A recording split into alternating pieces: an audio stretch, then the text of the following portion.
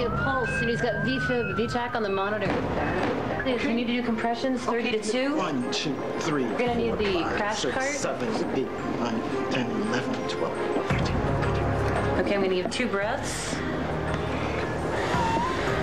Okay, I can relieve him. Starting compressions. Okay. Okay, go ahead and give the 40 units of the vasopressin. Giving 40 units of vasopressin. Okay. So see the cords. Okay, got the it in? tube in, All right, yeah. take this off here. All right, we got the stylet out. All right, this isn't looking good. We're all clear? Clear. That was an asystole. Keep going with compressions. Okay, this guy's 35. We're gonna try and throw the book at him. Okay. He gets ready to go. We're all clear? Clear. Okay, let's switch. And then we're not going to use amiodarone. We're going to use atropine instead. Okay. 1, 2, 3, 4, 5. And the atropine, we'll give another round of epi after this. There's been no change for the last 10 minutes. We've shocked him twice. He went from a shockable rhythm to a non-shockable rhythm. I don't think we're going back. It's just hard to call a 35-year-old. Call it? Yeah, we're going to go ahead and call the code at 13:33. I'll leave everything else on. We'll just attach the bag.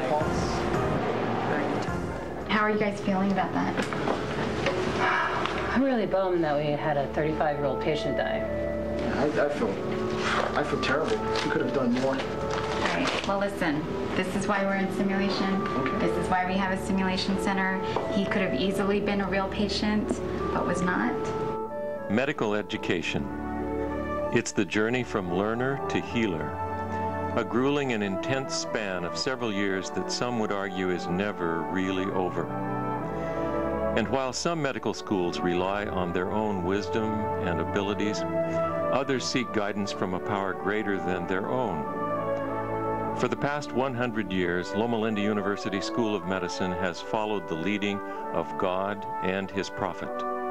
And because the pioneers placed their faith in the one true healer, now that struggling one-horse medical school has become a center of healing that has spread its hopeful message around the globe.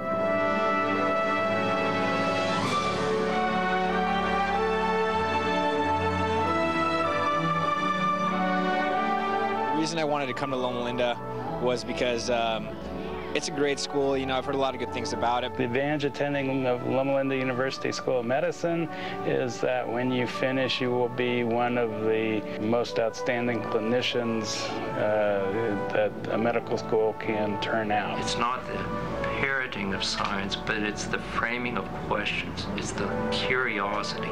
Our mission is to educate competent clinicians. One of the most effective ways to do that is to have a skills and assessment lab, which ours is state-of-the-art, and a large simulation center. With the completion of the Centennial Complex in 2009, students, faculty, and other members of the medical community will have access to a technologically advanced facility that will allow them to improve their skills, not only with their patients, but also with each other. Students from multiple different schools to come and interact with the simulators and learn not only some procedures, but some teamwork and communication skills. When it moves to the Centennial Complex, the Simulation Center will be able to expand to include other elements, such as a fully functional operating room. The other thing that's embedded in this building is high technology, and in particular the concept of the global gateway. Most of these classrooms are going to be wired. They're going to be set up so that everything that happens in that classroom can be recorded and can be retrievable from any computer in the world. It is that interest in the rest of the world that fuels the School of Medicine's desire to be one of the best medical schools in the country. But the school did not always have that desire. At the time of its founding in 1909, church leaders felt no need to conform to the educational standards of the world. But a visionary woman had other ideas. Ellen G. White instructed the leadership at Loma Linda School of Medicine, you must become accredited. Unfortunately for the medical school, gaining accreditation had never been harder than it was at the beginning of the 20th century. After years of unregulated medical education, the Carnegie Foundation had commissioned Abraham Flexner to conduct a study of medical education. Flexner's report did not reflect well on medical schools. Some schools did not have the right books, and some didn't have any laboratory equipment, clinical opportunities, or proper funding. So the American Medical Association decided to intervene.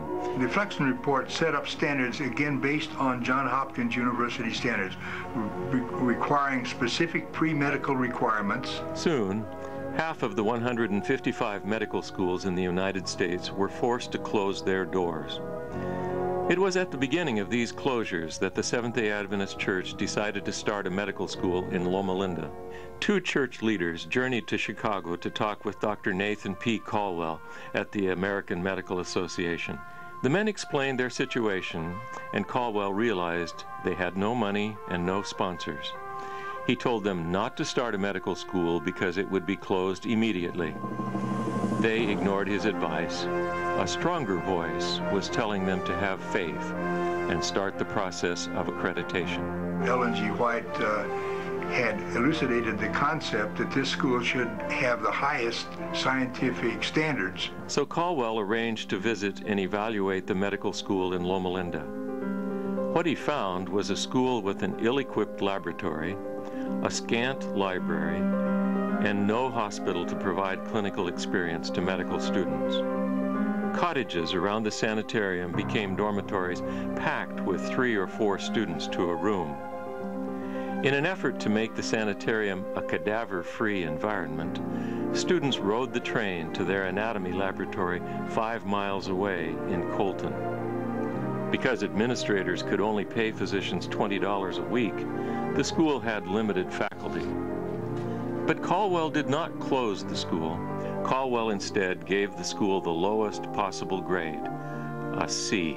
He drastically underestimated the members of the Adventist Church and their belief in the medical mission's cause.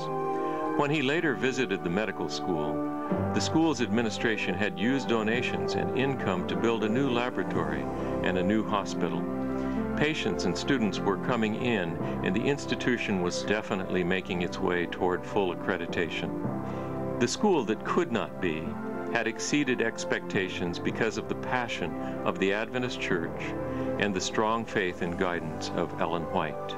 And she pushed hard for not just a medical school, but for a quality medical school. I look back at the history and find out the passion they had to muster up, a passion about why we're here, to educate medical missionaries, to educate competent clinical physicians who understand the importance of spirituality.